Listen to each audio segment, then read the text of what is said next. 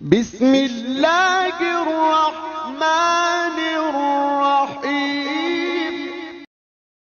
அல்லாஹ்வின் தூதே அருள் தீபமே எங்கள் யா நபி எங்கள் யா ஹபீப் எல்லோரும் போற்றும் இறை தூதரே எங்கள் யா நபி எங்கள் யா ஹபீப்.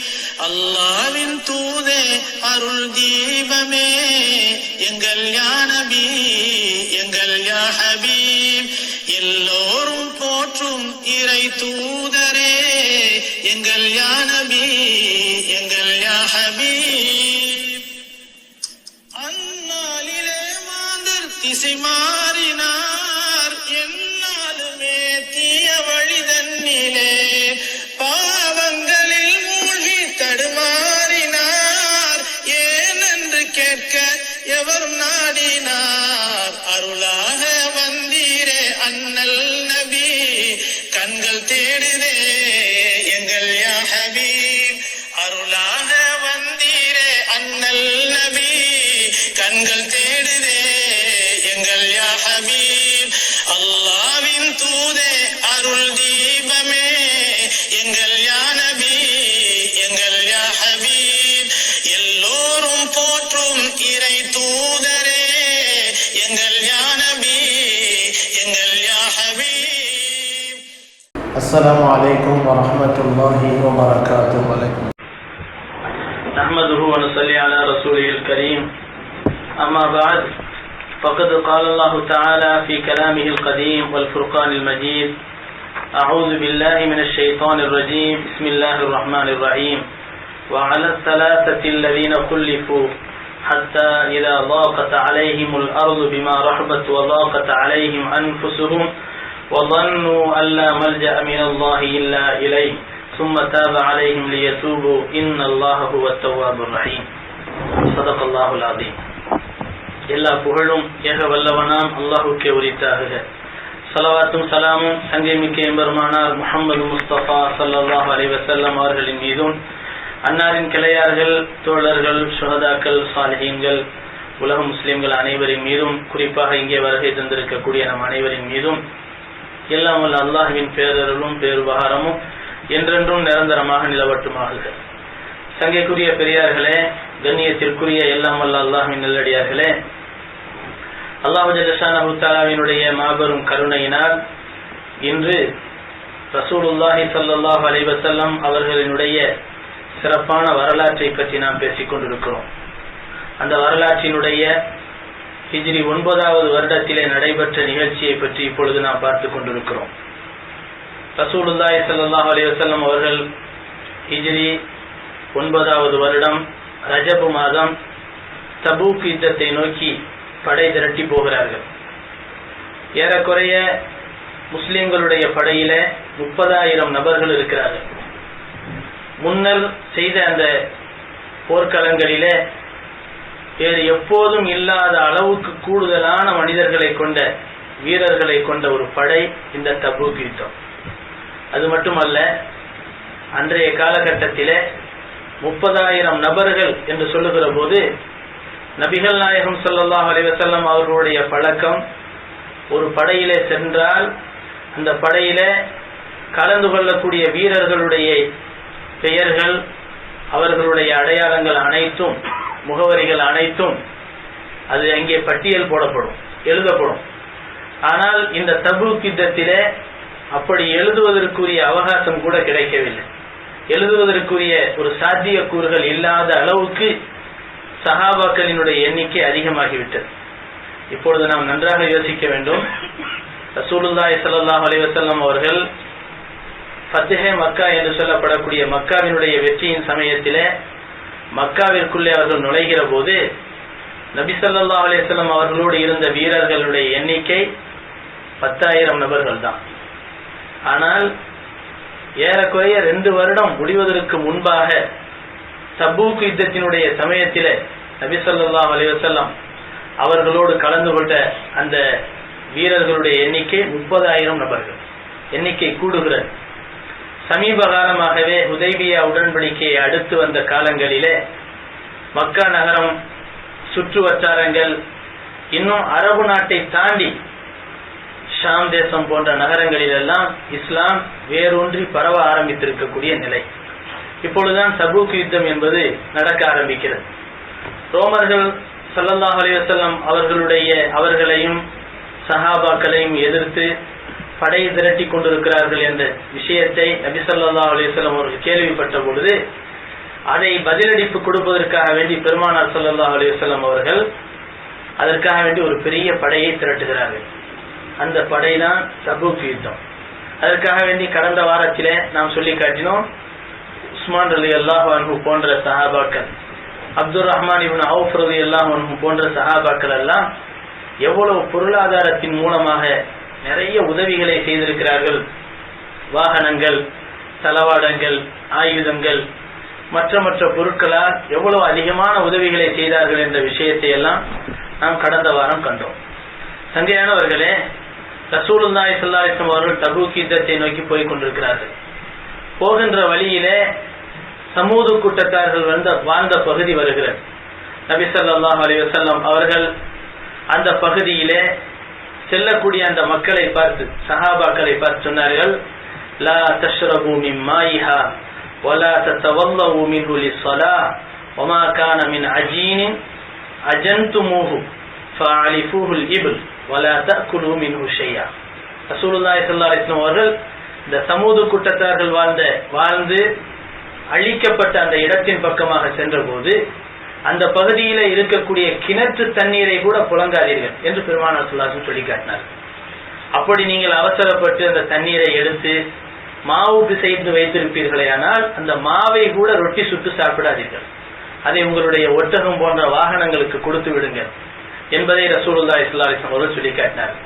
அது மட்டுமல்ல, புகாரி, முஸ்லிம் போன்ற கிரந்தங்களிலே வரக்கூடிய ஒரு அழகான ஹதீஸ், இப்னு உமர் ரலியல்லாஹு அன்ஹு அவர்கள் அறிவிக்கிறார்கள், லம்மா மர்ர நபி ஸல்லல்லாஹு அலைஹி வஸல்லம் பில் ஹிஜ்ர் என்ற பகுதி, அந்த சமூது கூட்டத்தார்கள் வாழ்ந்த பகுதி, அந்த பகுதியை அடைந்த போது ரசூலுல்லாஹி ஸல்லல்லாஹு அலைஹி வஸல்லம் அவர்கள் சொல்லி காட்டினார்கள், லா ததுகுலு மசாகினல் லதீன ظلموا அன்ஃபுஸஹும் அன் யுஸீபக்கும் மா அஸாபஹும் இல்லா அன் தகூனு பாகீன்.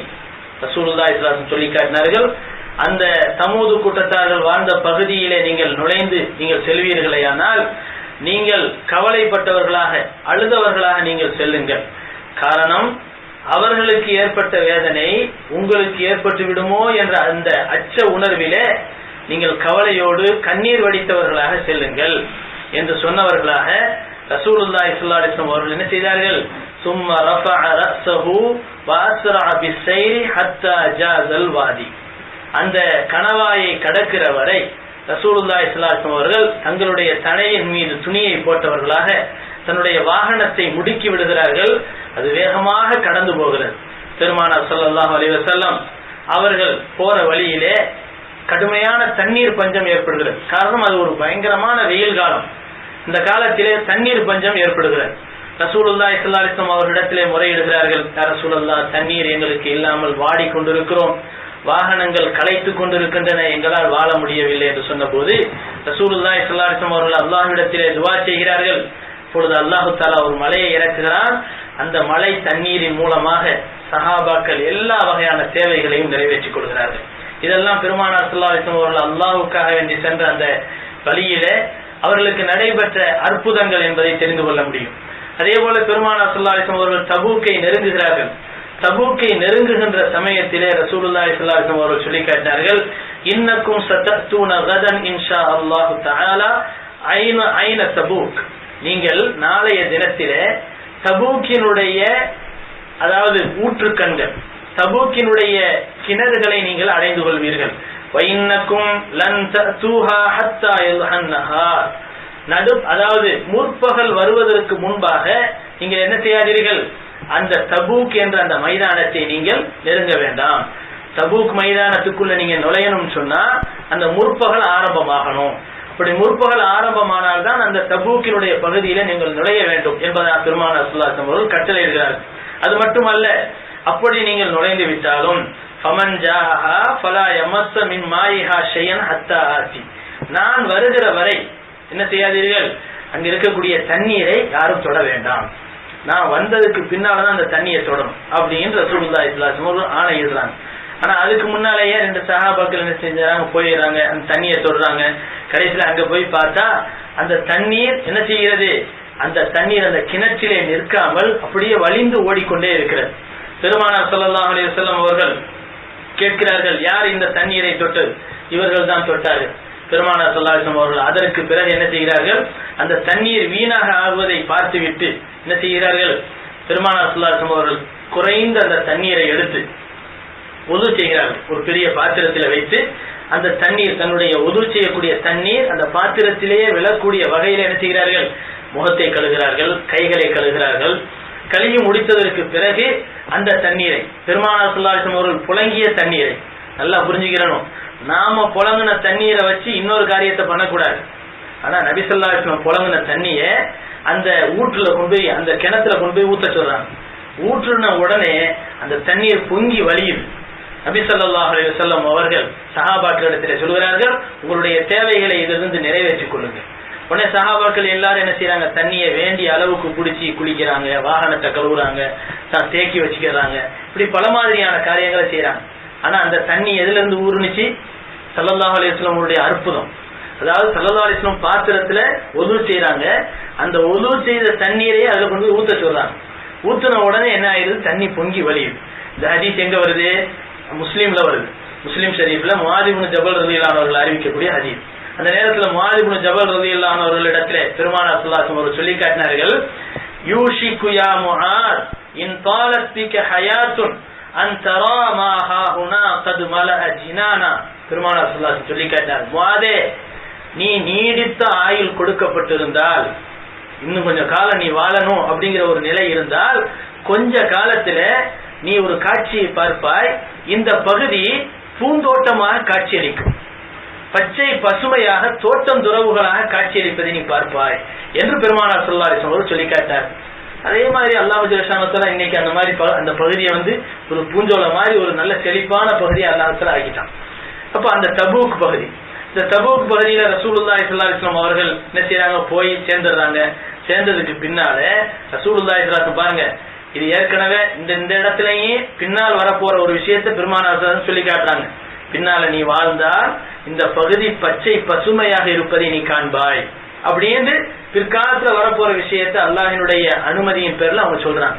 அடுத்து இன்னொரு விஷயம், பெருமானார் ஸல்லல்லாஹு அலைஹி வஸல்லம் அவர்கள் சஹாபாக்களை பார்த்து சொன்னார்கள், தோழர்களே, தஹுப்பு அலைக்குமுல் லைலா ரீஹுன் ஷதீத், நாளைய இரவு, இன்றைய இரவு ஒரு கடுமையான ஒரு புயல் காற்று வீச போகிறது.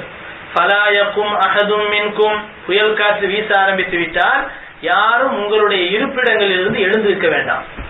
ஃபலா யகும் அஹதும் மின்கும் ஃபமன் கான லஹு பஈர் ஃபல்யஷுத்த இகாலஹு, எவருக்கு வாகனங்கள் இருக்கிறதோ அவர்கள் அந்த வாகனங்களை கட்டிவிடட்டும். அதே மாதிரி நபி ஸல்லல்லாஹு அலைஹி வஸல்லம் சொன்ன மாதிரி அன்னைக்கு நைட் என்ன ஆகுது, கடுமையான காத்து. அந்த காத்துல யாருமே அசையல, அப்படி அப்படியே எல்லாரும் உட்கார்ந்துடுறாங்க. உட்கார்ந்த உடனே சஹாபாக்கள் உட்கார்ந்து இருக்காங்க. இந்த நேரத்துல ஒரு மனிதர் மட்டும் எழுந்திருக்கிறார். எந்திரிச்ச உடனே நபி ஸல்லல்லாஹு அலைஹி வஸல்லம் ஆணை மீறப்பட்டதின் காரணத்தினால் என்ன ஆனது, அந்த நேரத்தில் ஃபகாம ரஜுலுன் ஃபஹமலத்துஹு ரீஹு ஹத்தா அல்கத்துஹு பி ஜபலை தை, தை என்ற ஒரு மலையின் மீது கொண்டு போய் அந்த காற்று வேகமா அடிச்சு கொண்டு போய் அவர் தூக்கிட்டு போய் நச்சுன்னு அடிச்சிடும். இப்ப நபி ஸல்லல்லாஹு அலைஹி வஸல்லம் உத்தரவு, நாளைக்கு இது நடக்க போகுது அப்படின்னு நபி ஸல்லல்லாஹு அலைஹி வஸல்லம் சொல்றாங்க. இதுல இப்படித்தான் நீங்க நடந்துக்கணும்னு சொல்றாங்க. அப்படி நடப்பதற்கு மாற்றமாக நடக்கும் போது அல்லாஹ் தஆலா அதுக்கு எப்படிப்பட்ட ஒரு மாற்றத்தை அல்லாஹ் காட்டுறான், பாதிப்பை காட்டுறான் பாருங்க. நபியினுடைய சொல் ஒரு சாதாரணமான ஒரு விஷயமாக இருந்தாலும் அது மதிக்கப்படாமல் அது புறக்கணிக்கப்படுகிற போது அதனால் ஏற்படக்கூடிய விளைவு பயங்கரமாக இருக்கும் என்பதை இந்த இதன் மூலமாக நாம் புரிந்து கொள்ள முடிகிறது. அடுத்து ரசூலுல்லாஹி ஸல்லல்லாஹு அலைஹி வஸல்லம் அவர்கள் என்ன செய்கிறார்கள், இந்த எல்லாரையும் கூடார அடிச்சு அங்க எல்லாரும் தங்கி இருக்கிறாங்க. சஹாபாக்கள் 30,000 பேர் வந்திருக்கிறாங்கிற விஷயத்தை ரோமானியர்கள் தெரிஞ்சுக்கிறாங்க. ரோமர்கள் தெரிஞ்ச உடனேயுமே அவர்கள் 50,000க்கு மேற்பட்ட படை வீரர்களை அழைச்சிக்கிட்டு வர்றாங்க. ஆனா சஹாபாக்கள் இப்படி வந்திருக்காங்கன்னு தெரிஞ்ச உடனேயுமே அல்லாஹ் தஆலா அவருடைய உள்ளத்துல ஏதோ ஒரு வகையான ஒரு அச்சத்தை, ஒரு திடுக்கத்தை போடுறான். அந்த படை வீரர்கள் எல்லாரும் நாலா பக்கம் சிதறி ஓடி போயிடுறாங்க, யாருமே நெருங்கலை. தபூக் யுத்தத்தை நோக்கி பெரிய படை பட்டாளத்தை அழைச்சிக்கிட்டு வந்த அந்த மன்னரும் விரண்டு ஓடி போயிட்டாரு. அது மட்டும் இல்ல, படை வீரர்கள் எல்லாமே விரண்டு ஓடி போயிட்டாங்க. தபூக்கு யுத்தம்ங்கிறது யுத்தமே நடக்கல. நபி ஸல்லல்லாஹு அலைஹி வஸல்லம் அவர்கள் இந்த போருக்காக வேண்டி எடுத்துக்கொண்ட நாட்கள் 50 நாட்கள். 20 நாள் தான் அந்த போர்க்களத்தினுடைய அந்த இடத்துல மைதானத்துல தங்கினாங்க. ஆனா மீதமான 30 நாள் என்ன தெரியுமா, போற வர நாட்கள். 15 நாள் வர்றதுக்கு, 15 நாள் போறதுக்கு. அப்படின்னா எவ்வளவு தூரம் இருக்கும்? ஏறக்குறைய பலஸ்தீன் இருக்குது, இன்னைக்கு உள்ள பலஸ்தீன், அந்த பகுதியினுடைய பக்கத்துல இருக்குது, ஜோர்டானுடைய பகுதியில இருக்குது. இப்ப அதனாலதான் ஷாம் தேசத்தினுடைய நிலம் வருது. அப்போ இந்த மாதிரியான இவ்வளவு தூரத்தை கடந்து ரசூலுல்லாஹி ஸல்லல்லாஹு அலைஹி வஸல்லம் போயும் கொண்டும் எந்த விதமான பலனும் இல்லைங்கிற ஒரு நிலைமை இல்லை. இப்போ என்ன அல்லாஹ்வுத்தாலா எப்படி ஆக்கிட்டான்னு சொன்னா, படை நடந்திருந்தால் என்ன பயன் கிடைக்குமோ அதை விட பன்மடங்கான நன்மைகளை நபி ஸல்லல்லாஹு அலைஹி வஸல்லம் அடைகிறார்கள். எப்படி அப்படின்னு சொன்னா, படை நடந்திருந்தால் ஏதோ ஒரு சிலராவது மூத்தாலும் போயிருப்பாங்க, ஷஹீதா இருப்பாங்க கட்டாயம். பொருள் சேதம், உயிர் சேதம் எல்லாமே நடக்கதான் செய்யும். போர்னு சொன்னா ஒன்னாவது இல்ல. பத்ர் போர்க்களத்தை பத்தி நம்ம நினைக்கிறோம், அது மிகப்பெரிய ஒரு வெற்றி அப்படின்ட்டு. அதுலயும் சஹாபாக்கள் மூத்தா தானே போனாங்க, ஷஹீதாக்கப்பட்டாங்கல்ல. அப்போ ஷஹாதத்து இல்லாம போர்க்களம் நடக்காது. அப்போ அப்படிங்கிற பட்சத்துல அந்த தபூக் யுத்தம் நடைபெற்றிருக்குமேயானால் நிச்சயமா யாராவது சஹாபாக்கள் மூத்தா போயிருப்பாங்க, ஷஹீதாக்கப்பட்டிருப்பாங்க. இது அல்லாஹ்வுடைய நாட்டப்படி. அதே மாதிரி ஏதாவது ஒரு வாகனம் வெட்டப்பட்டிருக்கும், ஆயுதங்கள் சூறையாடப்பட்டிருக்கும், பொருளாதார வீழ்ச்சி ஏற்பட்டிருக்கும், நஷ்டங்கள் ஏற்படுறதுக்கு வாய்ப்பு இருக்குது. ஆனா அதே சமயத்துல இந்த தபூக்ல ரசூலுல்லாஹி ஸல்லல்லாஹு அலைஹி வஸல்லம் 20 நாள் தங்கி இருந்தும் கூட அவங்க எல்லாரும் ஓடி போயிட்டாங்கிற விஷயத்தை தெரிஞ்ச உடனே எவ்வளவு பெரிய பிரயோஜனம் ஏற்பட்டுச்சு அப்படின்னு சொன்னா, ரோமானியர்களே விரண்டு ஓடக்கூடிய அளவுக்கு மாபெரும் வல்லரசாக முகமது ஸல்லல்லாஹு அலைஹி வஸல்லம் அவர்கள் உருவெடுத்து விட்டார்கள் என்ற ஒரு மதிப்பு மரியாதை அந்த சுற்று வட்டார பகுதியில காற்று, அதாவது தீயை போல பரவுகிறது.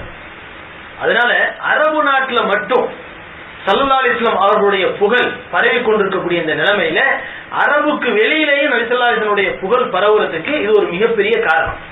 ஸல்லல்லாஹு அலைஹி வஸல்லம் படையை பார்த்து எல்லாரும் நடுங்கிறதுக்குரிய ஒரு வாய்ப்பை அல்லாஹ் தஆலா ரோமானியர்களை விரட்டுவதன் மூலமாக அல்லாஹ் தஆலா ஆக்கிவிட்டான். இது மிகப்பெரிய ஒரு வெற்றி. அதாவது போரே நடக்கல, ஆனா பெரிய வெற்றி. அதுக்கு பின்னால ரசூலுல்லாஹி ஸல்லல்லாஹு அலைஹி வஸல்லம் அவர்கள் பக்கத்துல இருக்கக்கூடிய ஐலா என்ற ஊர், ஐலாங்கிறதுக்கா ஐலா என்ற ஊர் அப்படின்னு சொன்ன உடனே ஒரு பெரிய சரித்திரம் நமக்கு நினைவு வருது. அது என்ன சரித்திரம்? சனிக்கிழமை வாசிகள் மீன் பிடிக்கிற விஷயத்துல அழிக்கப்பட்டாங்க பாருங்க, அது யாரு? ஐலா வாசிகள் தான். ஐலா என்ற கிராமத்தை சார்ந்தவர்கள் தான் மீன்பிடி கிராமம். அந்த ஊர்வாசிகள் தான் சனிக்கிழமை வாசிகளாக ஆக்கப்பட்டு அழிக்கப்பட்டார்கள். அந்த ஐலாங்கிற ஊரினுடைய ஒரு தலைவராக யுஹன்னா பின் ரௌபா என்ற ஒரு மனிதர் இருந்து கொண்டிருக்கிறார். பெருமானார் ஸல்லல்லாஹு அலைஹி வஸல்லம் அவர்கள் அவரை நோக்கி ஆள் அனுப்புறாங்க, படை வீரர்களை அனுப்புறாங்க. உடனே பணிஞ்சிடுறார். நாங்க ஏன் சொன்னா, முந்தினா என்ன இந்த ஷாம் தேசத்துல ஜோர்டான் பகுதியில சிரியா அந்த பகுதியில இருந்தவங்க எல்லாம் எப்படி இருந்தாங்கன்னு சொன்னா, ரோமானியர்களுக்கு அடிபணிஞ்சவங்களா இருந்தாங்க. ரோமானிய அந்த படை வீரர்கள் என்ன சொன்னாலும் அதை கேட்பாங்க, அவர்களை சார்ந்து இருந்தாங்க, அவர்களுக்கு சாதகமானவர்களாக இருந்தார்கள். அப்ப இந்த நிலைமையில நபி ஸல்லல்லாஹு அலைஹி வஸல்லம் படையை கண்டு அவர்களே விரண்டு ஓடுறாங்கன்னா, இன்னுமே முகமது நபியினுடைய அந்த பாதுகாப்பை தவிர மற்ற எந்த பாதுகாப்பையும் நம்பி வேலை இல்லைங்கிற ஒரு முடிவுக்கு வந்துடுறாங்க.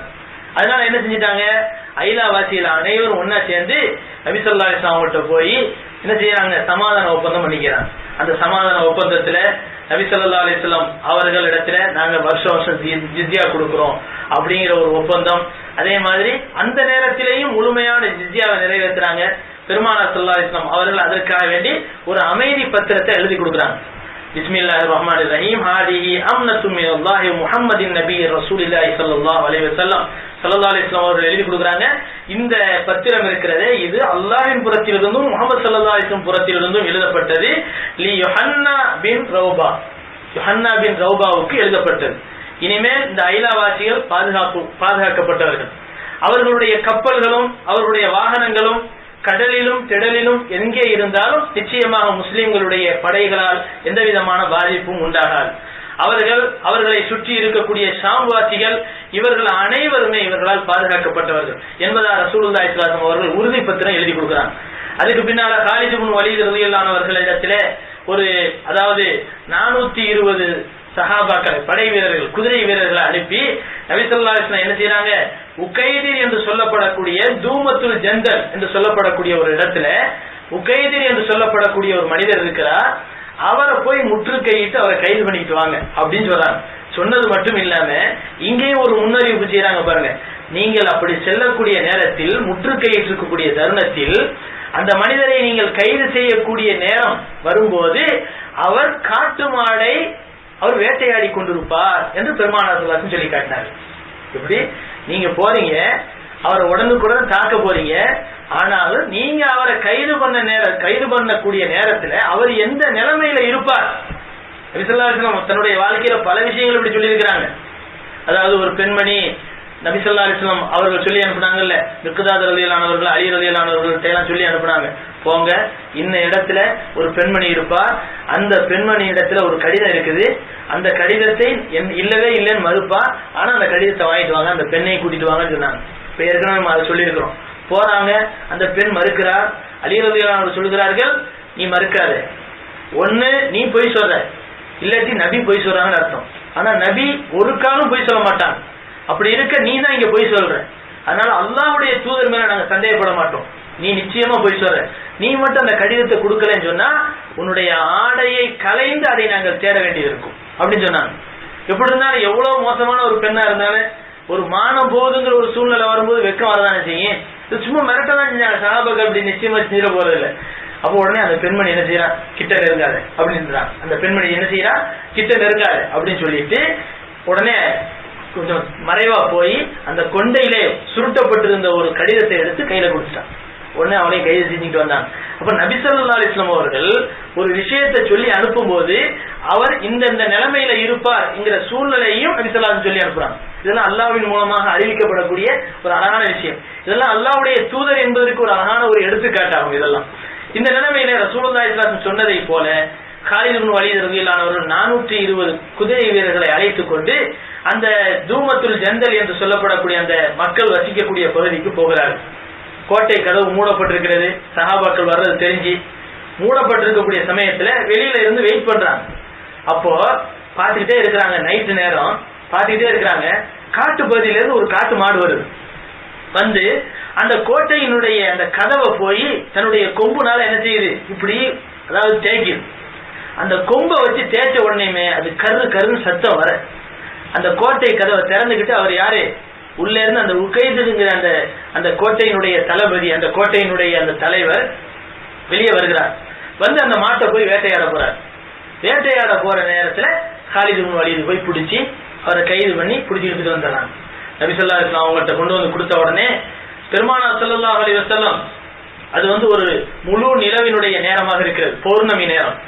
அப்போ காலித் இப்னு வலீத் ரலியல்லாஹு அன்ஹு அவர்கள் ஸல்லல்லாஹு அலைஹி வஸல்லம் அவங்கள்ட்ட கொண்டு வந்து கொடுத்த உடனே அவர் அரண்டு போய், என்னுடைய உயிருக்காக வேண்டி பிணை தொகையாக நான் 2000 ஒட்டகைகளை தருகிறேன், 400 கவச ஆடைகளை தருகிறேன், 400 ஈட்டிகளை உங்களுக்கு தருகிறேன், 800 அடிமைகளை நான் தருகிறேன் என்று சொல்லி ஒவ்வொரு வருடமும் உங்களுக்கு ஜிஸ்யாவையும் நான் நிறைவேற்றுகிறேன், இனிமேல் நாங்கள் உங்களுக்கு கட்டுப்பட்டவர்கள் என்ற ஒரு பணிவு நிலைக்கு அவர் வருகிறார்.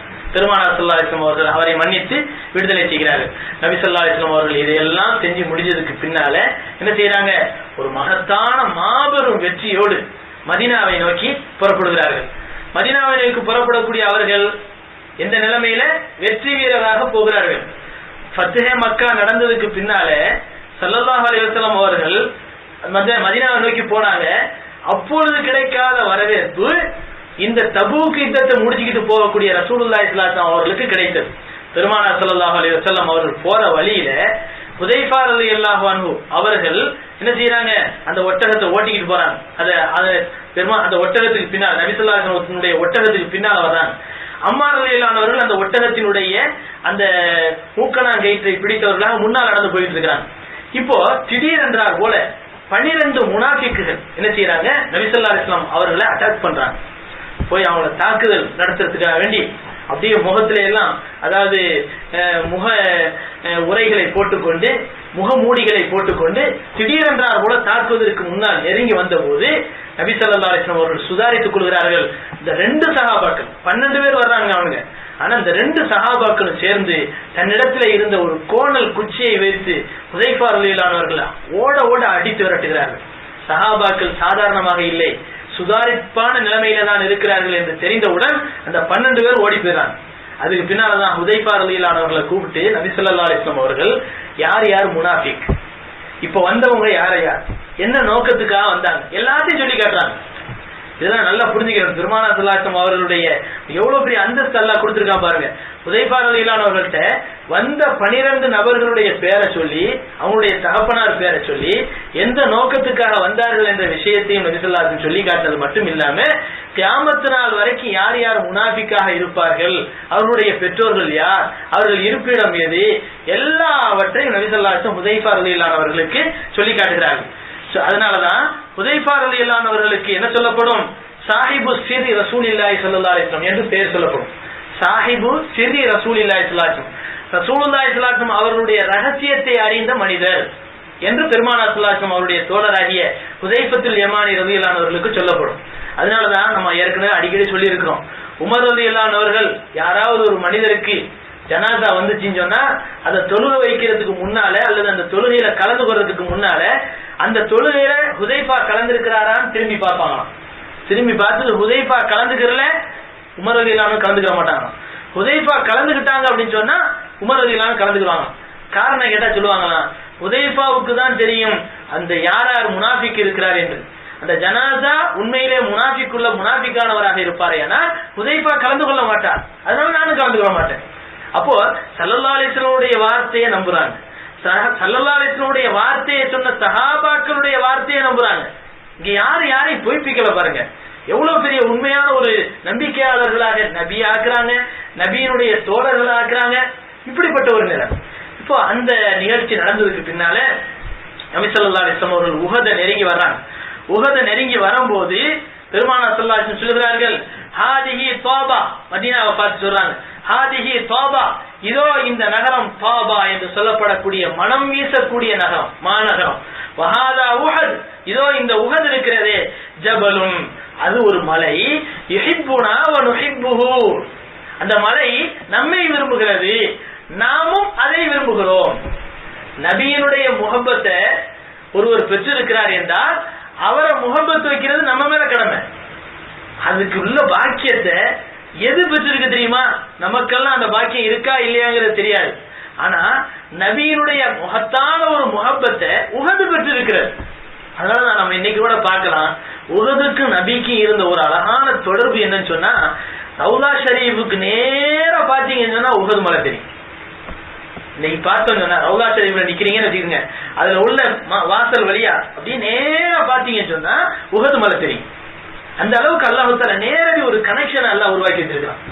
அதற்கு இடையில இன்னொரு ஒரு முக்கியமான ஒரு விஷயம் இருக்குது. இன்னைக்கு நம்ம போனா பார்க்கலாம், ஆனா எல்லாரும் பார்க்க முடியாது.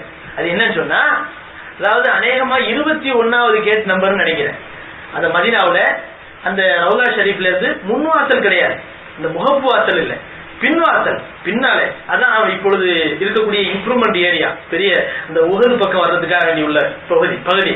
அந்த பின்வாசல் வழியாக வரும்போது அதுல 21ஆம் நம்பர் கேட் வரும்போது அந்த கேட்டுக்குள்ள நுழைஞ்ச உடனேயுமே லேசா ஒரு லெப்ட் சைட்ல ஒரு கார்பெட் போட்டிருக்கும்.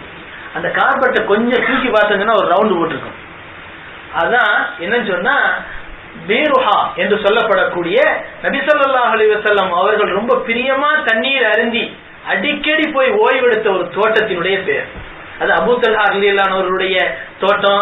அது நபி ஸல்லல்லாஹு அலைஹி வஸல்லம் அவர்களுக்கு அல்லாஹ் தஆலா லன் தனாலுல் பிர்ர ஹத்தா துன்ஃபிகு மிம்மா துஹிபூன் என்ற ஆயத் இறக்கப்பட்ட உடனே அதை கொண்டு போய் என்ன செய்வாங்க, நபி ஸல்லல்லாஹு அலைஹி வஸல்லம் அவங்கள்ட்ட போய் அல்லாஹ்வுக்கான கொடுத்துட்டே அப்படின்ற உடனே நபி ஸல்லல்லாஹு அலைஹி வஸல்லம் சொல்லுவாங்க, இது ஒரு உயர்வான ஒரு தோட்டம், அதனால நீங்க இதை உங்களுடைய சொந்தங்களுக்கே பிரிச்சு கொடுத்துருங்க அப்படின்னு நபி ஸல்லல்லாஹு அலைஹி வஸல்லம் சொல்லுவாங்க. பாத்தீங்களா, அந்த தோட்டம் இன்னைக்கு அது அடையாளம் போடப்பட்டிருக்கு.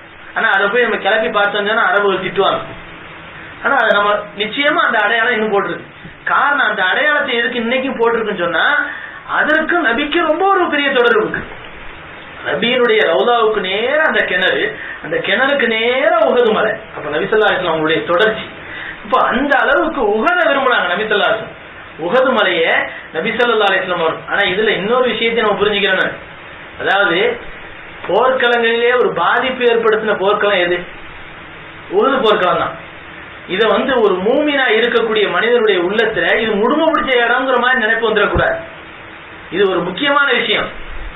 நல்லது நடக்கிறது கெட்டது நடக்கிறது இருக்குது, அது ஒரு இடத்தை வச்சு அமைகிறது இல்ல. உஹது மலையில வச்சு இந்த நிகழ்ச்சி நடந்ததுனால உஹதுங்கிறது முடுமு பிடிச்ச இடம் அப்படிங்கிற மாதிரி மனுஷனுடைய உள்ளத்துல வந்துடக்கூடாது. அதனால நபி ஸல்லல்லாஹு அலைஹி வஸல்லம் என்ன செய்றாங்க, அதை உயர்த்தி காட்டுறாங்க.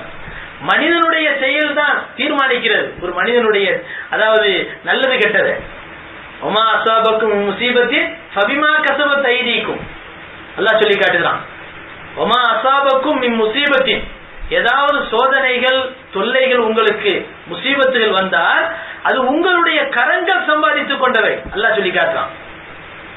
மா அஸாபக மின் ஹஸனத்தின் ஃபமின் அல்லாஹ் வமா அஸாபக மின் ஸய்யிஅத்தின் ஃபமின் நஃப்ஸி, அல்லாஹ் சொல்லி காட்டுறான். ஏதாவது நன்மை ஏற்பட்டால் அது அல்லாஹ்வின் புறத்திலிருந்து வந்தது. ஏதாவது நோய் நொடிகள் பலாய் முசீபத்துகள் சோதனைகள் உங்களுக்கு வந்தது என்றால் அது உங்களுடைய கரங்களின் வினைகள், உங்கள் கரங்கள் செய்து கொண்டதனுடைய பிரதிபலன்கள் என்பதை அல்லாஹ் குர்ஆன்ல சொல்லி காட்டுறான். அதனால உஹதுங்கிற இடத்துல எந்த இதுவும் இல்ல, அது இன்னும் சொல்ல போனா நபியினுடைய முஹப்பத்தை பெற்ற இடம். ஆனா அந்த இடத்துல பாதிப்பு ஏற்பட்டதுக்கு காரணம் என்ன? சஹாபாக்கள்ல சில பேர் செஞ்ச ஒரு சின்ன தவறு, நபியினுடைய சொல்லுக்கு மாற்றமாக நடந்த ஒரு நிலை, அதுக்கு கொடுக்கப்பட்ட விலைதான் பல சஹாபாக்களுடைய உயிர். எவ்வளவு பெரிய பாதிப்பு. அதனால நபி ஸல்லல்லாஹு அலைஹி வஸல்லம் அவர்கள் இயற்கையா என்ன செய்யறாங்க, உஹதை நான் விரும்புகிறேன், உஹதும் நம்மை விரும்புகிறது என்று பெருமானார் ஸல்லல்லாஹு அலைஹி வஸல்லம் அவர்கள் சொல்லி காட்டுகிறார்கள். சொல்லி காட்டியதற்கு பிறகு மதீனாவுக்குள்ள நுழையிறாங்க. மதீனாவுக்குள்ள நுழையும் போது இப்ப பாருங்க, அப்படியே நம்ம பார்த்தோம்னு சொன்னா மக்காவிலே நபி ஸல்லல்லாஹு அலைஹி வஸல்லம் முதலா எப்போ ஹிஜ்ரி பிறப்புறதுக்கு முன்னால ஹிஜ்ரத் பயணம் வர்றாங்க பத்தியலா, அப்ப என்ன நடந்துச்சு? சிறுவர்கள் பெண்கள் எல்லாம் ஒன்னா சேர்ந்து இரு மருங்கிலும் நின்றவர்களாக ஒரு கவிதை படிச்சாங்க. طَلَعَ الْبَدْرُ عَلَيْنَا مِنْ ثَنِيَّاتِ الْوَدَاعِ وَجَبَ الشُّكْرُ عَلَيْنَا مَا دَعَا لِلَّهِ دَاعٍ. இது ஹதீஸ்ல வரக்கூடியது. இப்ப இது ரெண்டு மருங்கிலும் அந்த சஹாபி பெண்மணிகளும் அந்த சிறுவர்களும் நின்று கொண்டு தஃப் அடித்தவர்களாக இந்த பாடலை எப்ப படிச்சாங்க? மக்காவில இருந்து ஹிஜ்ரத் பண்ணி மதீனாவுக்குள்ள நபி ஸல்லல்லாஹு அலைஹி வஸல்லம் நுழையும் போது படிச்சாங்கல்ல. தபூக் யுத்தத்தை முடிச்சுக்கிட்டு மதீனாவுக்குள்ள நுழையும் போது அதே மாதிரி கூட்டுறாங்க. தபூக் யுத்தத்தை முடிச்சுக்கிட்டு மதீனாவுக்குள்ள வரும்போது நபி ஸல்லல்லாஹு அலைஹி வஸல்லம் அவர்களை வரவேற்பதற்காக வேண்டி என்ன செய்யறாங்க? அந்த சஹாபாக்கள் சிறுவர்களை நிறுத்தி வைத்து தஃப் அடித்தவர்களாக இதே பாடலை படிக்கிறார். தலஅல் பத்ரு அலைனா, எங்களின் மீது பௌர்ணமி உதயமாகிவிட்டது. நபி ஸல்லல்லாஹு அலைஹி வஸல்லம் சந்திரன் சூரியன் அப்படின்னு சொல்றது தப்பு கிடையாதுங்கிறது சஹாபாக்கள் அன்னைக்கே சொல்லி காட்டாங்க. தலஅல் பத்ரு அலைனா, எங்களின் மீது பௌர்ணமி முழு நிலவு உதயமாகிவிட்டது. மின் சனியாத்தில் வதா, இங்கிருந்து மலைகளினுடைய இடுக்குகளிலிருந்து மலைகளினுடைய இடைகளில் இருந்து பௌர்ணமி நிலவு எங்களுக்கு உதயமாகிவிட்டது. வஜப ஷுக்ரு அலைனா, எங்களின் மீது நன்றி செலுத்துவது கடமையாகிவிட்டது. மா தஆ லில்லாஹி தா, காரணம் என்ன? அல்லாஹ்வுக்காக வேண்டிய அழைப்பு விடுத்ததன் காரணத்தினால் அந்த நபி எங்களை அல்லாஹ்வின் பக்கம் அழைச்சாங்க. அதனாலதான் நாங்க நேர்வழி பெற்று இருக்கிறோம். அதனால அவர்களுக்கு நன்றி செலுத்துவது எங்கள் மீது கடமையாகிவிட்டது. யார் படிச்சது? பிற்காலத்தில் வந்தவங்க படிச்சது இல்ல, சஹாபாக்கள் படிச்சது. சரி, ஆரம்ப கட்டத்துலதான் அவங்களுக்கு அறிவு இல்லாம படிச்சுட்டாங்க அப்படின்னு சொல்லலாம்.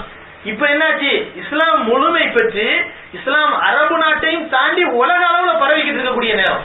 அப்ப நபி ஸல்லல்லாஹு அலைஹி வஸல்லம் அவர்களை பார்த்து இதே பாடலை படிக்கிறாங்க, சஹாபாக்கள் பாடுறாங்க. நபி ஸல்லல்லாஹு அலைஹி வஸல்லம் அவர்கள் எந்த விதமான எதிர்ப்பும் தெரிவிக்கல. அடுத்து பெருமானார் ஸல்லல்லாஹு அலைஹி வஸல்லம் அவர்கள் இந்த இந்த நேரத்துல இந்த பயணத்தை முடிச்சுக்கிட்டு மதீனாவுக்குள்ள நுழையிறாங்க. மதீனாவுல நுழைஞ்ச உடனேயுமே பள்ளிவாசலுக்கு போறாங்க. ஸல்லல்லாஹு அலைஹி வஸல்லம் பழக்கமே பொதுவா அப்படித்தான். பள்ளிவாசலுக்கு போய் 2 ரக்காத் தொழுதுட்டு அதுக்கு பின்னால யாராவது வந்து சந்திக்கக்கூடியவர்கள் சந்திப்பார்கள், ஏன்னா அவங்களை எல்லாம் சந்திச்சுட்டு வீட்டுக்கு சொல்லி விடுவாங்க, இந்த மாதிரி நான் வந்துட்டேன் அப்படின்னு சொல்லி விடுவாங்க. பெருமானார் ஸல்லல்லாஹு அலைஹி வஸல்லம் அவர்களுடைய சுன்னத்து என்னன்னு சொன்னா, நம்ம என்ன செய்யக்கூடாது? முன்னறிவிப்பு இல்லாம வீட்டுல போய் திடுதிப்புன்னு நுழைஞ்சிடக்கூடாது. இது நபியினுடைய சுன்னத்து. காரணம் என்னன்னு சொன்னா, நீங்கள் பிரயாணத்திலிருந்து திரும்பி வந்தால் உங்களுடைய குடும்பத்தாருக்கு நீங்கள் தெரிவித்து விடுங்கள். காரணம் அவர்களுடைய தலைகளை வாரிக்கொள்வார்கள், அவர்களை தூய்மைப்படுத்திக் கொள்வார்கள். எவ்வளவு பெரிய நாகரிகத்தை சொல்லி தராங்க பாருங்க. இங்க ஒரு அழகான மெசேஜ் இருக்குது மனைவிமார்களுக்கு, கணவன்மார்களுக்கு மெசேஜ் இருக்குது. நபி ஸல்லல்லாஹு அலைஹி வஸல்லம் சொன்ன விஷயத்துல ஒரு மெசேஜ் மட்டும் இருக்காது, எப்பவுமே 2-3 மெசேஜ் இருக்கும். அதே மாதிரி இங்க நபி ஸல்லல்லாஹு அலைஹி வஸல்லம் கணவன்மார்களுக்கு தான் சொல்றாங்க, நீங்கள் பிரயாணத்தை முடித்துக் கொண்டு வருவீர்களேயானால் என்ன செய்யாதீங்க, திடுதுப்புன்னு வீட்டுல போய் நுழைஞ்சிடாதீங்க. நீங்க வந்த விஷயத்தை உங்களுடைய குடும்பத்தாருக்கு சொல்லி அனுப்புங்கள். அவர்கள் உங்களுக்காக வேண்டி தயாரிப்புகளை செய்து கொள்வார்கள், தலைகளை வாரிக்கொள்வார்கள், அழுக்குகளை நீக்கிக் கொள்வார்கள், அவர்களை தூய்மைப்படுத்திக் கொள்வார்கள். அப்படின்னா என்ன அப்படின்னு சொன்னா, நம்ம திடுதுப்புன்னு நுழைகிறது நாகரிகம் இல்ல, அது நம்ம வீடா இருந்தாலும் சரி. அப்படிங்கிற கணவனுக்கு ஒரு அழகான மெசேஜ். மனைவிக்கு என்ன மெசேஜ் சொன்னா, கணவன் உன்னை பார்க்கும் போதெல்லாம் பங்கரையாக இருக்காதே, அவன் பார்த்தவுடன் அவனுக்கு கவர்ச்சியை தரக்கூடிய வகையில உன்னை நீ அலங்கரித்துக் கொள். இது அழகான ஒரு மெசேஜ். ஆனா இன்னைக்கு அப்படி இல்ல. ஊருக்கெல்லாம் அலங்காரம் பண்ற பொம்பளைங்க கணவனுக்காக என்ன செய்வாங்க, கிழிஞ்சு போன ட்ரெஸ் தான் போடுவாங்க. இருக்கிறதுலே மட்டமானதை வீட்டுல இருக்கும்போது போட்டுக்கிறது, வெளியில போகும்போது இருக்கிற நகையெல்லாம் அள்ளி பூட்டிக்கிறது. நகை ஏதாவது ஒரு வகையில நமக்கு ஏதோ வித்துட்டோம் அல்லது வேற எங்கேயாவது நம்ம அடமானத்துல வச்சுட்டோம் அப்படின்னு சொன்னா என்ன சொல்லுவாங்க, நகை எனக்கு வராத வரைக்கும் நான் கல்யாணத்துக்கு வர மாட்டேன், நான் எந்த ஃபங்க்ஷனுக்கு வர மாட்டேன். காரணம் போனா எல்லா பொம்பளையும் கேட்பாங்க, நகை என்ன எங்க அப்படின்னு கேட்பாங்க. இப்போ ஊருக்காக தான் இன்னைக்கு நிறைய பேர் வாழ்றோம், பொம்பளைங்களும் சரி ஆம்பளைங்களும் சரி, ஊருக்காக தான் வாழ்றோமே தவிர உறவுகளுக்காக வாழ்றது ரொம்ப குறைவான ஜனங்கள் தான்.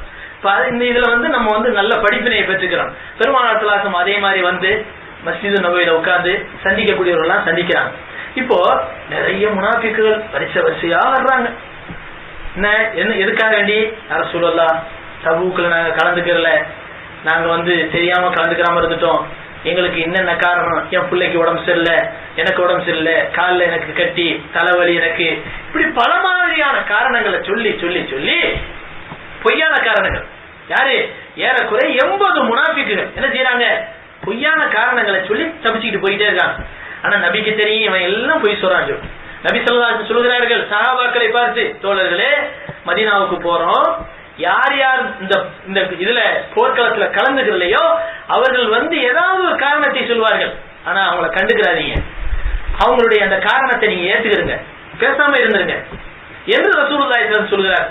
அதே மாதிரி அந்த மாதிரியான முனாஃபிக்கள் என்னென்னமோ காரணம் சொன்னே நபி ஸல்லல்லாஹு அலைஹி வஸல்லம் தலையாட்டி, சரி போயிட்டு வாங்க அல்லாஹ் பாத்துக்குவான் விட்டுறாங்க. அதுக்கு பின்னால 3 சஹாபாக்களுடைய விஷயம் இங்க வருது. இது இந்த அதாவது இந்த முனாஃபிக்களுடைய விஷயத்தை பத்தி நம்ம பார்க்கணும்னு சொன்னா அநேகமா சூரத்து தௌபாவுல தான் அதிகமா வருது. அந்த சூரத்து தௌபாவுல இன்னொரு சரித்திரத்தை பத்தி அல்லாஹ் தஆலா அழகான ஒரு சரித்திரத்தை சொல்லி காட்டுறான். 3 சஹாபாக்கள் முனாஃபிக்கள் காரணத்தை சொல்லி தப்பிச்சு போயிட்டு இருந்தாங்கல்ல, ஆனா எந்த விதமான காரணமும் இல்லாமல் போர்க்களத்தை விட்டு பின்தங்கிய உண்மையான மூமின்கள் 3 பேர். அவங்களுக்கு காரணம் ஏதாவது ஒரு காரணம், விருந்தாளி வந்திருந்தாங்க அப்படின்னு யாருக்கு, காபு இப்னு மாலிக் காரணம், முராரித் இப்னு ரபியா அவங்களுக்கு காரணம், ஹிலால் இப்னு உமையாவுக்கு இன்னொரு காரணம். காபு இப்னு மாலிக்கு அறுவடை நேரம், பேரிச்சம்பழம் எல்லாம் பழுத்து குலுங்கிக்கிட்டு இருக்குது. இந்த நேரத்துல என்னிடத்துல வேகமாக போகக்கூடிய ஒரு குதிரை இருக்கிறது, வாகனம் இருக்கிறது, அதை வச்சு பெருமானார் ஸல்லல்லாஹு அலைஹி வஸல்லம் போய் தபூக்ல போய் சேர்ந்துட்டா கூட 10 நாளைக்கு பின்னால நான் புறப்பட்டா கூட போய் சேர்ந்துருவேன் அப்படிங்கிற ஒரு நம்பிக்கையோட பேரித்தம்பழங்களை எல்லாம் அறுவடை பண்ணிட்டு போகலான்னு சொல்லிட்டு பின்தங்குறாங்க. முதல் கோணல் முற்றிலும் கோணல். நிச்சயமா எப்போ முதல் ஸ்டெப் எடுக்க மாட்டோமோ பின்னால போக போக என்ன ஆயிடும், தப்பாவே நடக்க ஆரம்பிச்சிடும். அதே மாதிரி காபு இப்னு மாலிக் ரலியல்லாஹு ஆரம்பத்திலேயே போகாத காரணத்தினால நாளைக்கு போலாம் சொல்லி சொல்லி சொல்லி கடைசியா என்னாச்சு, நபி திரும்பி வந்துகிட்டு இருக்கிறாங்கிற செய்தி தான் வந்துச்சு. இவங்க போல. இவங்களுக்கு என்ன காரணம், பேரித்தம்பழங்களை அறுவடை செய்யுது. இப்படி பல மாதிரியான காரணங்கள்ல 3 பேர். ஆனா தேவையான காரணம் இல்லை. அந்த 30,000 சஹாபாக்கள் என்ன தியாகத்தை பண்ணிட்டு போனாங்களோ அந்த தியாகத்தை பண்ணிட்டு இவங்களும் போயிருக்க முடியும், ஆனா இவங்க போகல. அப்ப இது தவறுதான். நபி ஸல்லல்லாஹு அலைஹி வஸல்லம் அவர்கள் என்ன செய்யறாங்க, கூப்பிடுறாங்க. காபு இப்னு மாலிக் வர்றாங்க, சொந்தக்காரங்க எல்லாம் போய் காபு இப்னு மாலிக் கிட்ட சொல்றாங்க, காபே நபிட்ட போற, ஏறக்குறைய 100கணக்கான முனாஃபிக்கள் என்னென்னமோ காரணம் சொல்லி என்ன செஞ்சுட்டாங்க, தப்பிச்சு போயிட்டாங்க. நீங்களும் என்ன செஞ்சிருங்க, போய் ஏதாவது ஒரு பொய் காரணத்தை சொல்லி நீங்களும் தப்பிச்சு வந்துருங்க, பின்னால தௌபா செஞ்சுக்கலாம். இன்னைக்கு நம்ம நிலைமையில அப்படித்தானே இருக்குது. என்ன செய்யணுமோ எல்லாத்தையும் செஞ்சிருவோம், பின்னால நம்ம தௌபா பண்ணிக்கலாம். இப்படியே செஞ்சு செஞ்சு கடைசியா மௌத்து வந்து அப்ப தௌபாவுடைய நேரம் வராது. அல்லாஹ் காப்பாத்தணும். இப்படி மனிதர்கள் ஏமாறுறது பாருங்க, ஷைத்தான் ஏமாத்துறது. சரி, அல்லாஹ் தஆலா குர்ஆன்ல சொல்லி காட்டுறான் இந்த மாதிரியான ஒரு ஏமாற்றத்தை பத்தி. அல்லதீன ضل سعيهم في الحياة الدنيا وهم يحسبون انهم يحسنون صنعا. வழிமாறி போகக்கூடிய மனிதர்களுடைய அந்த செயல்பாடுகள், அந்த மனிதன் நினைக்கிறான் நம்ம நல்லதெல்லாம் செய்யறோம் அப்படின்னு நினைச்சுக்கிட்டு இருக்கான். ஆனால் இது ஷைத்தான் உருவாக்கக்கூடிய சிந்தனை. யஹ்சபூன அன்னஹும் யஹ்ஸினூன சுன்ஆ. ஆனா அது மாற்றமான காரியத்தை செய்யறான். ஷைத்தான் என்ன போறான், நீ நல்ல காரியத்தை தான் பண்ற அப்படியே ஷைத்தான் உள்ள போறான். அப்ப இந்த நிலைமையை விட்டு நம்ம பாதுகாப்பு தேடணும் அல்லாஹ்ட்ட. இப்ப அதே மாதிரி காப் இப்னு மாலிக் ரலியல்லாஹு அன்ஹு அவர்கள் என்ன செய்யறாங்க, ரசூலுல்லாஹ்ட்ட போறாங்க. சொந்தக்காரங்கள்ட்ட தான் சொல்றாங்க, அல்லாஹ்வின் மீது சத்தியமா நான் உண்மைதான் சொல்லுவேன், அதனுடைய பின்விளைவு என்ன ஏற்பட்டாலும் சரி அப்படின்னு சொல்லிடுறாங்க. காரணம் உண்மையான மூமின். ரசூலுல்லாஹ்ட்ட போய் பொய் சொல்ல முடியுமா? ரசூலுல்லாஹ்ட்ட போறாங்க, காபே வா, என்ன எதுக்கு போருக்கு வரல யார சொல்லலாம்? அவங்க சொல்றாங்க, நான் இந்த சபைக்கு வர்றதுக்கு முன்னால என்னுடைய சொந்தக்காரங்க எல்லாம் சொன்னாங்க ஏதாவது ஒரு பொய் காரணத்தை சொல்லி தப்பிச்சிட்டு வந்துருந்து, ஆனா உங்க முன்னால நான் பொய் சொல்ல மாட்டேன். காரணம் நீங்க அல்லாஹ்வுடைய தூதர், உங்களிடத்தில் நான் பொய் சொன்னேனே ஆனால் அல்லாஹ் உடனே வஹி இறக்குவான், கவுபு சொன்னது பொய் அப்படின்னு வஹி இறக்கிடுவான். அதனால நான் தப்பிக்க முடியாது. ஆனா நான் உண்மை சொல்றேன் யார சொல்லலாம், எனக்கு எந்த விதமான காரணமும் இல்லை, பேரித்தம்பழங்களினுடைய அறுவடை தான், நாளைக்கு வரலாம் என்னுடைய பயணங்கள் பிந்தி போனதை தவிர நான் நிச்சயமா வரணுங்கிற முடிவுல தான் இருந்தேன். ஆனா வர முடியாம போச்சு, ஷைத்தான் என்னை கெடுத்துட்டான். யார சொல்லலாம், எனக்கு அல்லாஹ்ட்ட மன்னிப்பு கேளுங்க, தௌபா செய்யுங்க அப்படிங்கிறாங்க. உடனே ரசூலுல்லாஹி சொல்றாங்க, காபே அல்லாஹ்வுடைய உத்தரவு வரும் வரை நீ ஒதுங்கிரு என்று சொல்கிறார், இங்க வராத அப்படின்னு சஹாபாக்கள் உத்தரவு போட்டுறாங்க. இனிமேல் காபிடத்திலே யாரும் பேசக்கூடாது. மதீனாவே பேசல. காப் இப்னு மாலிக் ரலியல்லாஹு அன்ஹு பெரிய சஹாபி. அவங்க விசாரிக்கிறாங்க, மதீனாவுல என்னுடைய நிலைமையில யாராவது இருக்காங்களான்னு. முனாஃபிக்குகள் பொய்யான காரணத்தை சொல்லி தப்பிச்சுக்கிட்டாங்க, அவங்களுக்கு இந்த தண்டனை கிடையாது. உண்மை சொன்னதுனால அவங்களுக்கு தண்டனை. நம்ம பாஷையில சொல்றாங்க, உண்மைக்கு என்ன, உண்மை எப்பொழுதுமே கசக்கதான் செய்யும். உண்மைக்கு கிடைக்கக்கூடிய தண்டனையை பாருங்க. ஆனா இது நிரந்தரமானதல்ல. நிரந்தர தண்டனையை விட்டு பாதுகாப்பதற்காக வேண்டி டெம்பரவரி தண்டனை. இது டெம்பரவரியான ஒரு பனிஷ்மெண்ட் தான் இது. அப்ப நபி ஸல்லல்லாஹு அலைஹி வஸல்லம் எல்லா சஹாபாக்கள் சொல்லிடுறாங்க, யாரும் பேசக்கூடாது. சஹாபாக்கள் யாருமே பேசுறது இல்ல. ஏறக்குறைய 40 நாட்கள் காப் இப்னு மாலிக் விசாரிக்கிறாங்க, என்னுடைய நிலைமையில யாராவது இருக்காங்களான்னு. அப்ப சொல்லப்படுது, மிராரத் இப்னு ரபியா என்ற ஒரு சஹாபியும் ஹிலால் இப்னு உமையா என்ற சஹாபியும் உங்களை போல உண்மையை சொல்லி நபி ஸல்லல்லாஹு அலைஹி வஸல்லம் அவர்களால் ஊரிலிருந்து ஒதுக்கி வைக்கப்பட்டிருக்கிறார்கள். காப் இப்னு மாலிக் என்ன செய்வாங்களாம், வருவாங்களாம், மஸ்ஜித் நபவியில தொழுவாங்களாம். நபி ஸல்லல்லாஹு அலைஹி வஸல்லம் சபையில உட்கார்ந்திருப்பாங்களாம். நபி பாக்குறாங்களான்னு இப்படி தொழுகையில நின்றுட்டே இப்படி பாப்பாங்களாம். ஆனா காபு பார்க்காத வரைக்கும் நபி ஸல்லல்லாஹு அலைஹி வஸல்லம் காபை பார்ப்பாங்களாம். காபு பார்க்கறாரு தெரிஞ்ச உடனே நபி ஸல்லல்லாஹு அலைஹி வஸல்லம் முகத்தை அப்படி திருப்பிக்குவாங்களாம். இதெல்லாமே நபிக்கு அன்பு இருக்குது, ஆனா அல்லாஹ்வுடைய உத்தரவு அப்படி. அப்போ காப் இப்னு மாலிக் கொஞ்சம் கொஞ்சமா சித்திரவதைப்படுறாங்க. பக்கத்து நாட்டுக்கே தெரிஞ்சிருச்சு இவங்க சித்திரவதைப்படுறது. உடனே பக்கத்து நாட்டு ஒரு தூதுவரை அனுப்பி, காபே நம்மகிட்ட உனக்கு பெரிய அரசாங்கத்தினுடைய பொறுப்பை கொடுத்து நம்ம உன்னை பெரிய ஆள் ஆக்கிறோம், முகமது உன்னை பழி வாங்குறார் அப்படின்லாம் சொன்ன உடனே நேர அந்த கடிதத்தை கொண்டு போய் அடுப்புல போட்டு எரிச்சு முடிச்சுட்டு ரசூலுல்லாஹ்ட்ட போறாங்க. யார சொல்லலாம், என் நிலைமைய பாத்தீங்களா, பக்கத்து நாட்டுல இருக்கக்கூடிய கிறிஸ்துவ அரசர் எனக்கு தூது அனுப்பி இருக்கிறான், ஆனா நான் நேர்வழியில இருக்கிறேன், நான் நிச்சயமா வழி மாறி போக மாட்டேன், என் நிலைமைய பாருங்க, என் மேல இறக்கப்படுங்கிறாங்க, அல்லாஹ்வுடைய உத்தரவு வர்ற வரைக்கும் போ அப்படின்றாங்க. அதே மாதிரி காப் இப்னு மாலிக் 40 நாள் ஆகுது. 40வது நாள் ஒரு மனிதர் வருகிறார், வந்து சொல்கிறார், இனிமேல் உங்களுடைய மனைவியோடு நீங்கள் பேசக்கூடாது, மனைவியை தாய் வீட்டுக்கு அனுப்பிடும், அவரோடு உறவு வைக்கக்கூடாது அப்படின்னு உத்தரவு. 3 பேருக்குமே அதே உத்தரவு. காப் இப்னு மாலிக் நொந்து போயிடறாங்க. 40 நாள் ஆச்சு, ஒரு மாசத்துக்கு மேல ஆயிடுச்சு. பக்கத்து வீட்டுல தன்னுடைய சிறிய தந்தையினுடைய மகன் குடியிருக்கிறார். செவத்து மேல ஏறி நின்று, என் சிறிய தந்தையினுடைய மகனே, நான் எப்படிப்பட்டவன் உங்களுக்கு தெரியுமில்ல, நீங்க கூட என்கிட்ட பேசக்கூடாது. பல தடவை திருப்பி திருப்பி சொல்ல அந்த மனிதர் வெளியே சொன்னார், காபே இனிமே பேசாது, அல்லாஹ்வுடைய தூதர் சொல்ற வரைக்கும் நான் பேச மாட்டேன், போயிரு அப்படின்றாங்க. இப்படியே இன்னும் 10 நாள் நடக்குது. மனைவி மக்களோடு அவங்கள விட்டு பிரிஞ்சு 10 நாள், ஆக மொத்தம் 50 நாள் ஆச்சு. இவங்களுடைய கஷ்டம் சாதாரணமானதல்ல. கடைசியா அல்லாஹ் ஆயத்திரைக்கிறான், லக்கத் தாபல்லாஹு அலன் நபி வல் முஹாஜிரீன். அதுல வஅலஸ் ஸலாத்தத்தில் லதீன குல்லிஃபு, யார் போரை விட்டு பின்தங்கினார்களோ அவர்களை அந்த 3 பேரையும் அல்லாஹ் மன்னித்து விட்டான். ஹத்தா இதா லாக்கத் அலைஹிமுல் அர்த், அவர்களுக்கு பூமியே நெருக்கடியாயிருச்சு. பிமா ரஹபத் வல்லாக்கத் அலைஹிம் அன்ஃபுஸுஹும், அவருடைய இதயமெல்லாம் அப்படியே நெருக்கடி ஆகிவிட்டது. வலன்னு, அவர்கள் நினைத்துக் கொண்டார்கள், அல்லாஹ் மல்ஜஅ மினல்லாஹி இல்லா இலை, அல்லாஹ் தவிர வேற யாருமே நமக்கு இனிமே இருப்பிடமே கிடையாது அப்படின்னு அவங்க புரிஞ்சுக்கிட்டாங்க.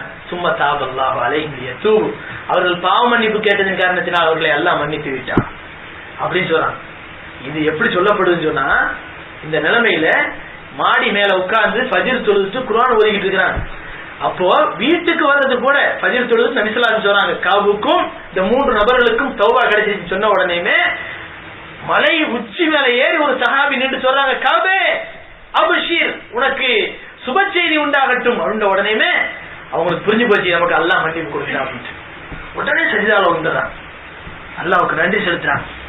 செலுத்தினதுக்கு பின்னால் அந்த மனிதர் பக்கத்துல சொல்றார், இன்னைக்கு சுபு தொழுதுக்கு பின்னால் நபி ஸல்லல்லாஹு அலைஹி வஸல்லம் உங்களை பத்தி சொன்னாங்க, அல்லாஹ் தஆலா பாவ மன்னிப்பினுடைய ஆயத்தை இறக்கிட்டான், உங்களுக்கு மன்னிப்பு கிடைச்சிச்சு அப்படின்ற உடனே அவங்க சொல்றாங்க, அல்லாஹ்வின் மீது சத்தியமாக என்னிடத்துல இருந்த ஒரே ஆடை அன்னைக்கு அந்த ஆடை தான்.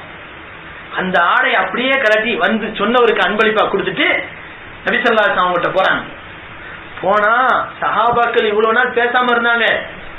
ஆனா சஹாபாக்களுக்கு மத்தியில அன்பு இல்லைன்னு அர்த்தம் இல்ல, ருஹமாவு பைனஹும், சஹாபாக்கள் நம்மள மாதிரி இல்ல, ஒவ்வொரு தனிநபரும் ஒவ்வொரு தனி கட்சி நம்ம இன்னைக்கு. ஆனா சஹாபாக்கள் எப்படி இருந்தாங்க தெரியுமா, ருஹமாவு பைனஹும், தங்களுக்குள் ஒருவருக்கொருவர் இரக்கம் உள்ளவர்களாக, அன்புள்ளவர்களாக, பாசமுள்ளவர்களாக இருந்தார்கள்.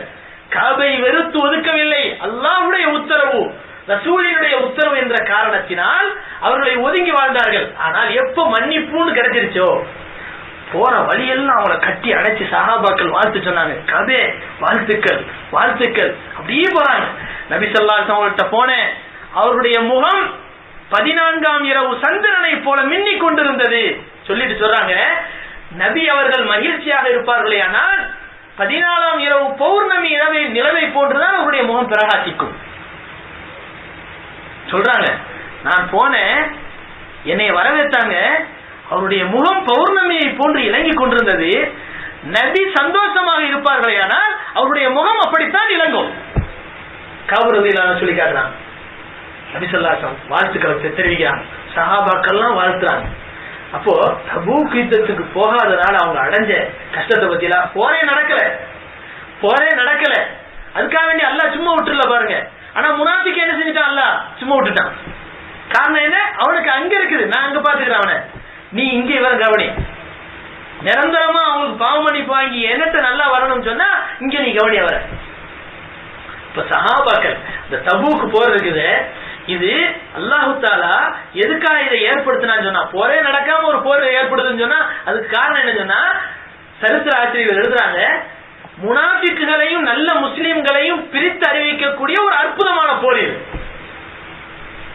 அந்த போரின் மூலமாகத்தான் முனாஃபிக்குகள் யார், உண்மை முஸ்லிம்கள் யார் என்பதை உணர முடிந்தது.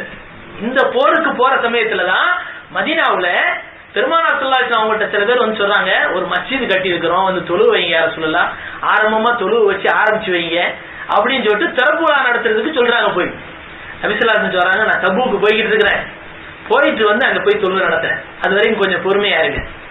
ஆனா தபூக் யுத்தத்துல வச்சு நபி ஸல்லல்லாஹு அலைஹி வஸல்லம் அவங்களுக்கு தெரிவிக்கப்படுது, நபியே வல்லதி நத்தகது மஸ்ஜிதன் லிராரன் வ குஃப்ரன் வ தஃப்ரீகன் பைனல் முஃமினீன, மூமின்களுக்கு மத்தியிலே பிரிவினையை உருவாக்குவதற்காக வேண்டி கெட்ட எண்ணங்களோடு உருவாக்கப்பட்டதுதான் அந்த மஸ்ஜித் அப்படின்னு சொல்லப்பட்ட உடனே நபி ஸல்லல்லாஹு அலைஹி வஸல்லம் அவர்கள் அம்மார் ரலியல்லாஹு அன்ஹு அவர்களை அனுப்பி அந்த அந்த மஸ்ஜிதை என்ன செய்கிறார்கள், அடித்து உடைத்து சுக்குநூறாக மாற்றி தீயை வைத்து எரித்து விட்டு வருமாறு சொல்லி காட்டினார்கள்.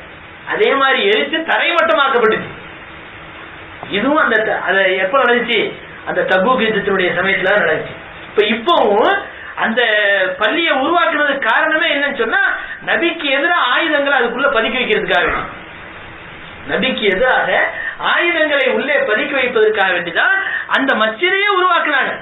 ஆனா அல்லாஹ் சும்மா இருப்பானா, நபி ஸல்லல்லாஹு அலைஹி வஸல்லம் உங்களுக்கு தெரிவிச்சு நபி ஸல்லல்லாஹு அலைஹி வஸல்லம் அதுக்கு அது மேற்கொண்டு ஒரு நடவடிக்கை என்ன எடுத்தாங்க.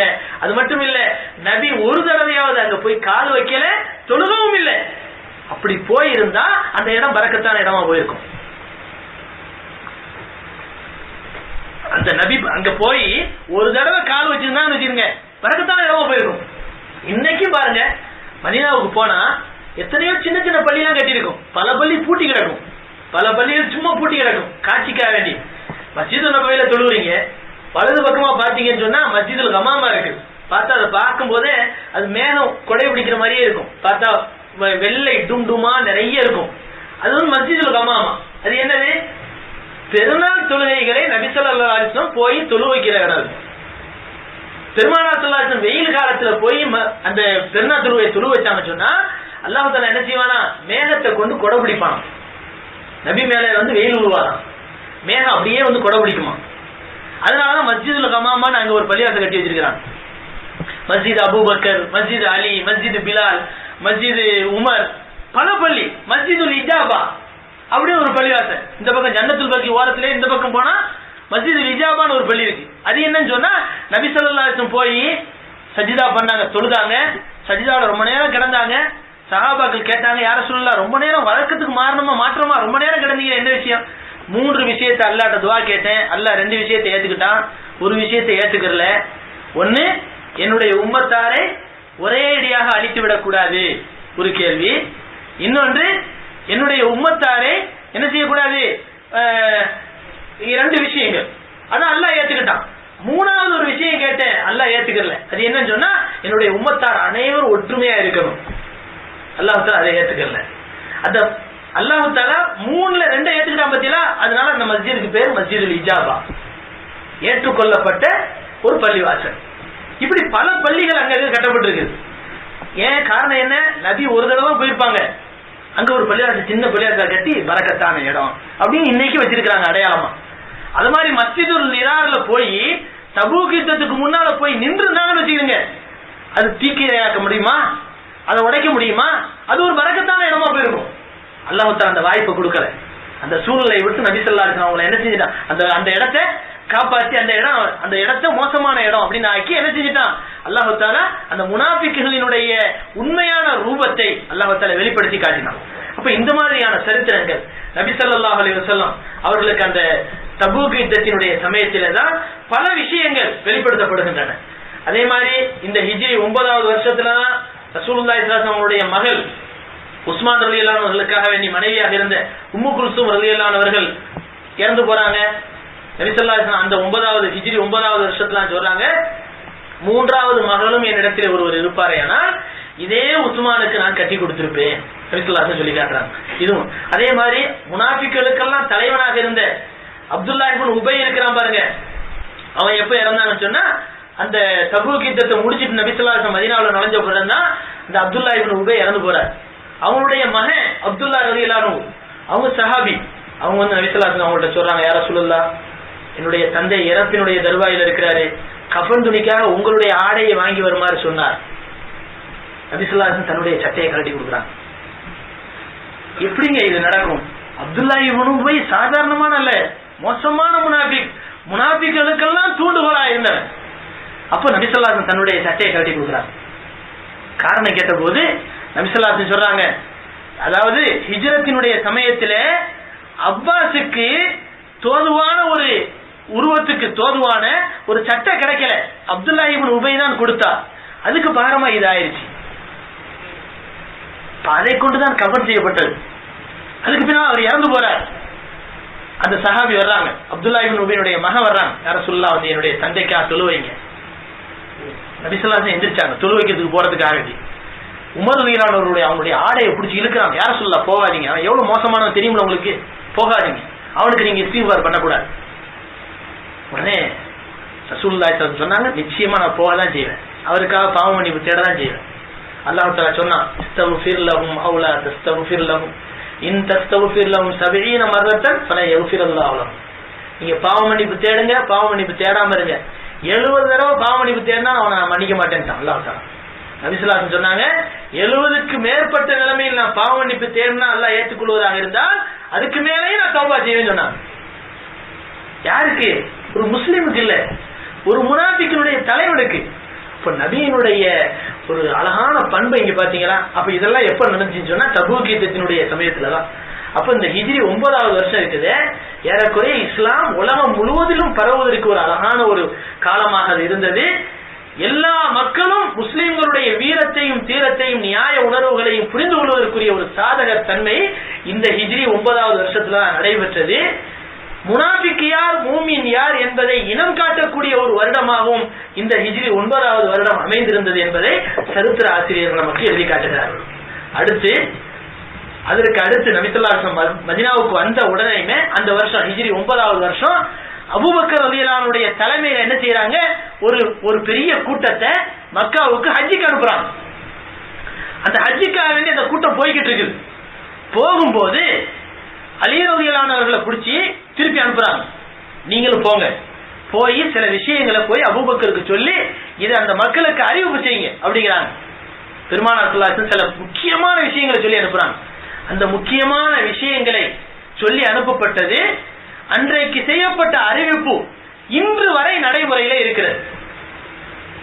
அந்த முக்கியமான விஷயங்கள் என்ன என்பதை இன்ஷா அல்லாஹ் வரக்கூடிய வாரம் சொல்லப்படும்.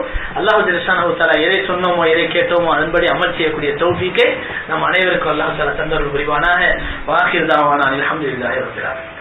அல்ஹம்துலில்லாஹி ரப்பில் ஆலமீன். அல்லாஹும்ம ஸல்லி அலா சய்யிதினா முஹம்மதி வ அலா ஆலி சய்யிதினா முஹம்மதி வ பாரிக் வ ஸல்லிம் அலைஹி. சுப்ஹானல்லாஹி வ பிஹம்திஹி சுப்ஹானக்கல்லாஹும்ம வ பிஹம்திக ونشهد أن لا إله إلا أنت ونستغفرك ونتوب إليك. اللهم أرنا الحق حقا وارزقنا اتباعه وأرنا الباطل باطلا وارزقنا اجتنابه. ربنا أتمم لنا نورنا واغفر لنا إنك على كل شيء قدير. ربنا آتنا في الدنيا حسنة وفي الآخرة حسنة وقنا عذاب النار. صل وسلم على رسولك سيدنا محمد وعلى آله وأصحابه أجمعين برحمتك يا أرحم الراحمين والحمد لله رب العالمين. صلى الله على محمد صلى الله عليه وسلم. صلى الله على محمد صلى الله عليه وسلم.